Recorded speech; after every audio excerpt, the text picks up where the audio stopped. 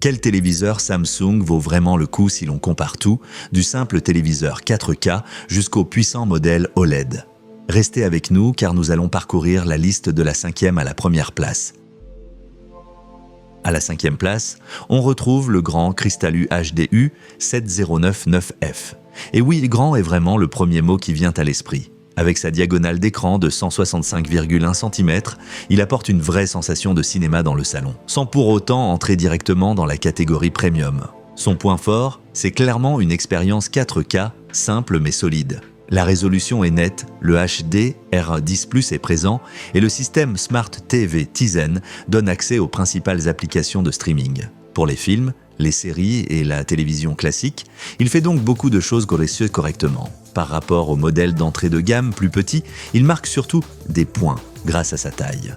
Mais on comprend aussi assez vite pourquoi il se trouve en bas du classement. La fréquence de rafraîchissement est limitée à 50 Hz, il n'y a qu'un seul port USB et la fonction d'enregistrement USB n'a pas été confirmée. Côté son, on reste aussi sur 20 watts et un simple système 2.0. Par rapport au QLED, au Mini LED ou à l'OLED, il paraît nettement plus basique sur le plan technique. Si vous cherchez surtout un grand téléviseur Samsung pour les séries, les informations, les films et l'usage quotidien, ce modèle peut très bien vous convenir. Mais si vous accordez de l'importance à un gaming plus fluide, un meilleur contraste ou à un équipement plus complet, il vaut mieux regarder directement le modèle suivant. Vous trouverez les liens vers tous les produits de ce comparatif au meilleur prix en bas dans la description de la vidéo.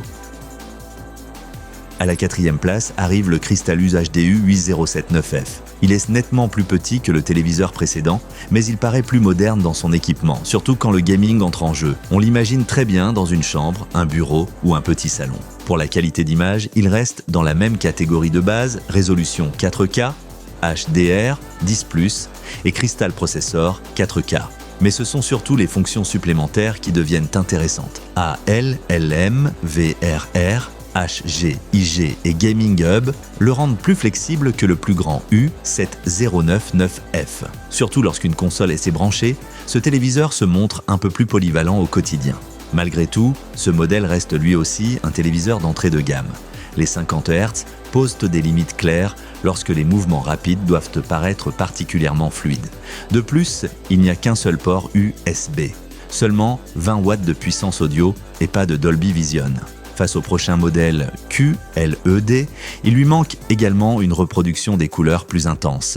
Ce téléviseur convient bien à ceux qui cherchent un téléviseur 4K compact, abordable et connecté. Également adapté au gaming occasionnel. Mais si vous voulez des couleurs visiblement meilleures et un équipement un peu plus complet, écoutez bien le prochain modèle, n'hésitez pas à mettre un pouce bleu à la vidéo et à vous abonner à la chaîne si ce genre de comparatif clair vous aide à choisir.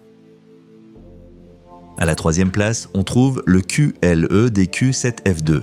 Ici commence le passage de la gamme Cristal U HD simple vers une image visiblement plus qualitative. La diagonale de 139,7 cm représente un bon compromis. Assez grande pour le salon, mais pas au point de dominer toute la pièce. Son principal avantage, c'est la technologie QLED. Elle offre des couleurs plus intenses et une image plus vivante que les modèles LED plus simples. À cela s'ajoute le 4K AI Upscaling, le Quantum HDR, le HDR 10+, et le HLG. Autre point pratique, la fonction PVR via USB est un vrai plus si vous souhaitez enregistrer des programmes TV. Par rapport aux deux modèles Cristal UHD, ce téléviseur paraît globalement plus équilibré. Son point faible reste toutefois la fréquence de rafraîchissement de 50 Hz. Pour les films, les séries et la télévision classique, c'est tout à fait suffisant, mais pour les jeux rapides ou les retransmissions sportives, un modèle 144 Hz garde clairement l'avantage. La puissance audio reste aussi assez simple avec 20 watts et il n'y a encore qu'un seul port USB. Face aux deux modèles suivants, il est clairement en retrait sur le contraste des mouvements et le gaming. Le QLED-Q7F2 est idéal pour ceux qui veulent de meilleures couleurs sans passer encore dans la catégorie premium. C'est le solide juste milieu de ce comparatif. Mais maintenant, les choses deviennent beaucoup plus intéressantes car avec le prochain modèle, on parle de mini LED, de 144 Hz et d'une image vraiment immense. À la deuxième place se trouve le Neo QLED QN70F. Et ce téléviseur n'est pas une petite amélioration, c'est un véritable bond en avant. Avec sa diagonale de 214 cm, il impose une présence énorme. Quand on s'assoit devant, on a davantage l'impression d'être dans un home cinéma privé que devant une télévision classique. La technologie mini LED est ici le grand avantage. Elle permet de mieux gérer les contrastes que les modèles LED simples et donne plus d'impact à l'image, surtout dans les scènes lumineuses et les zones plus sombres. À cela s'ajoute, jusqu'à 144 Hz, 4 ports HDMI et un puissant processeur AI. Pour le gaming, le sport et les grandes soirées cinéma, c'est une énorme progression par rapport au QLED-Q7F2. Mais il n'est pas parfait pour autant. Le système audio reste assez simple avec 20 watts et un système 2.0, surtout quand on considère la taille et la puissance visuelle de ce téléviseur. De plus, son format est évidemment très imposant. Toutes les pièces n'ont pas besoin ou ne peuvent pas accueillir confortablement une diagonale de 214 cm. Et même si le mini LED est performant, il n'atteint pas tout à fait le LED pour la profondeur des noirs. Ce téléviseur est le bon choix pour ceux qui veulent une image grande, lumineuse et impressionnante avec beaucoup d'espace disponible. Pour le sport, le gaming et les blockbusters, il est vraiment solide.